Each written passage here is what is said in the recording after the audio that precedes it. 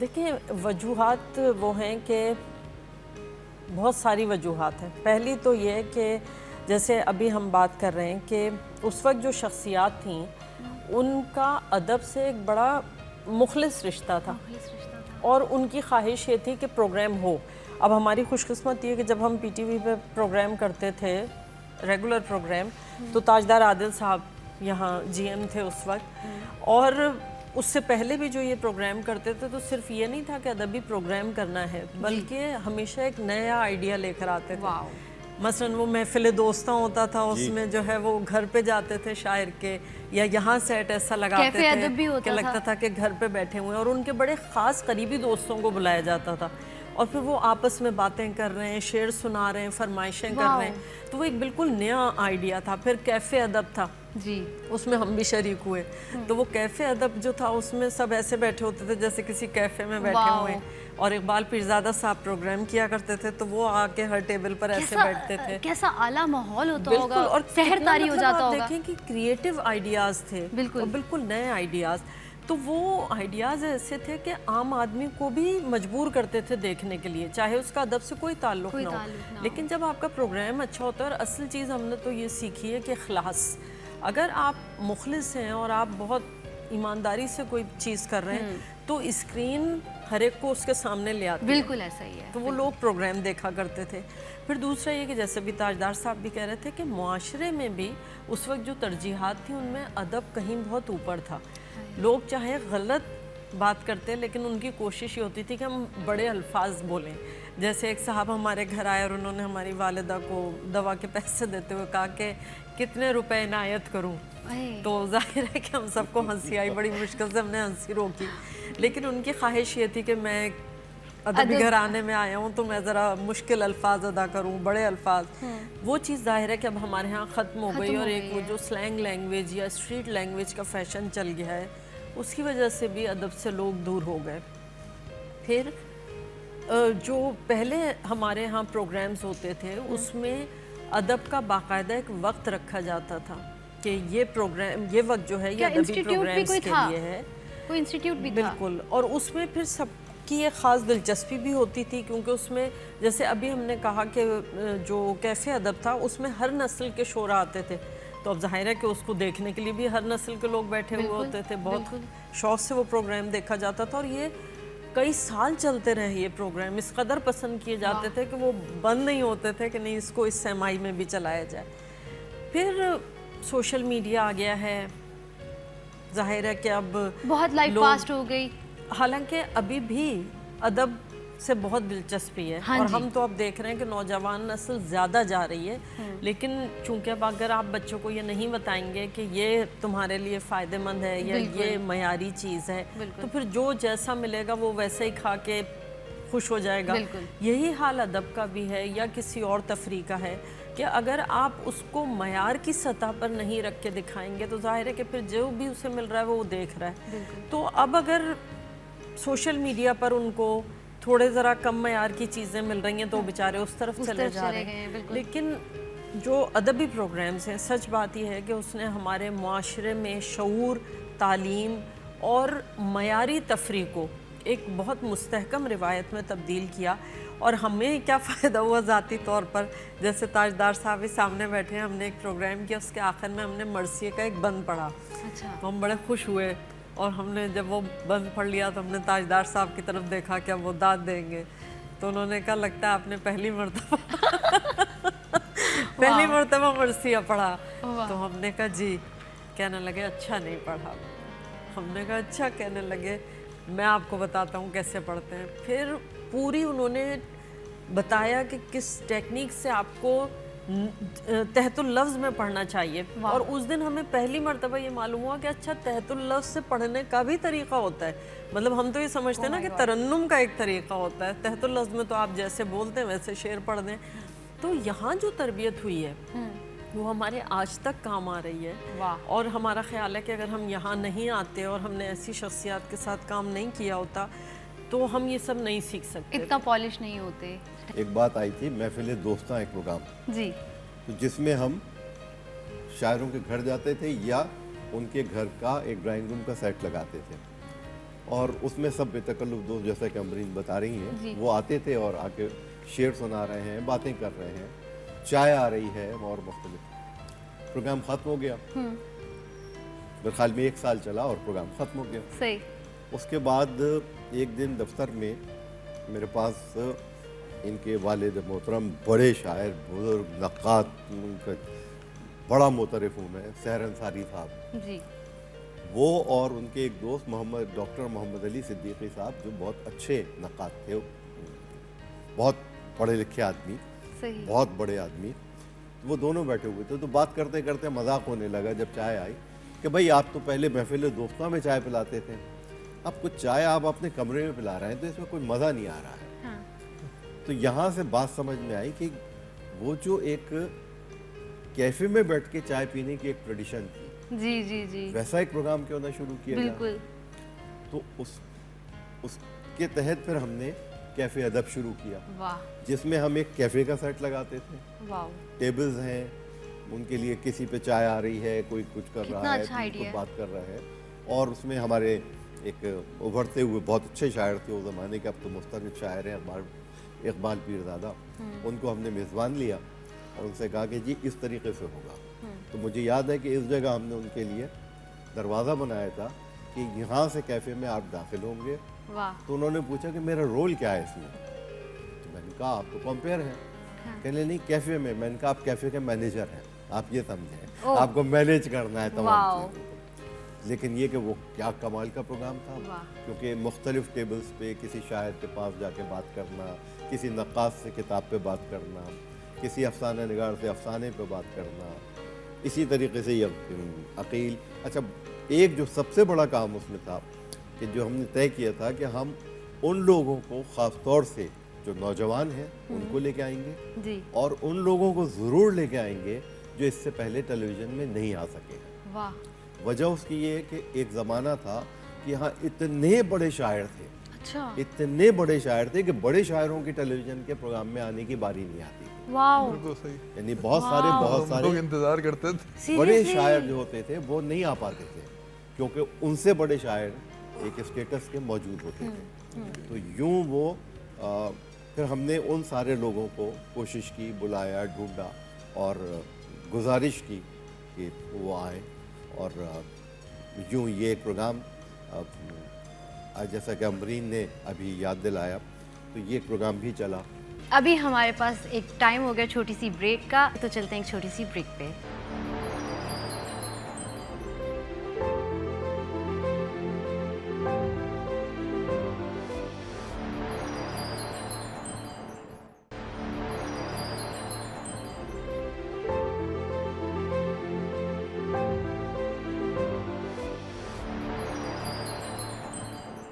Welcome back ناظرین، ہم لوگ واپس آ گئے ہیں بریک سے۔ ہم آپ کو دکھاتے ہیں پروین شاکر صاحبہ کا ایک کلپ۔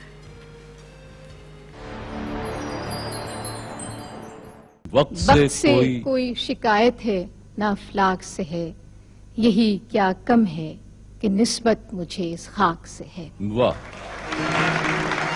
یہی وقت سے کیا کوئی کم ہے، شکایت ہے نہ افلاک سے ہے، یہی کیا کم ہے کہ نسبت مجھے اس خاک سے ہے۔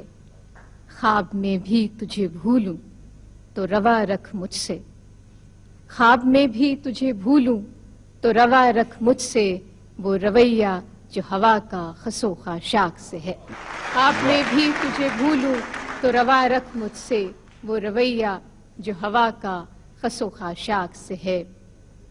بزم انجم میں قبا خاک کی پہنی میں نے، بزم انجم میں قبا خاک کی پہنی میں نے، اور میری ساری فضیلت اسی پوشاک سے ہے۔ واہ، ریت ہی ریت ہے اس دل میں مسافر میرے، واہ، ریت ہی ریت ہے اس دل میں مسافر میرے، اور یہ صحرا تیرا نقشے کف پا چاہتا ہے۔ واہ، واہ، ریت ہی ریت ہے اس دل میں مسافر میرے، اور یہ صحرا تیرا نقشے کف پا چاہتا ہے۔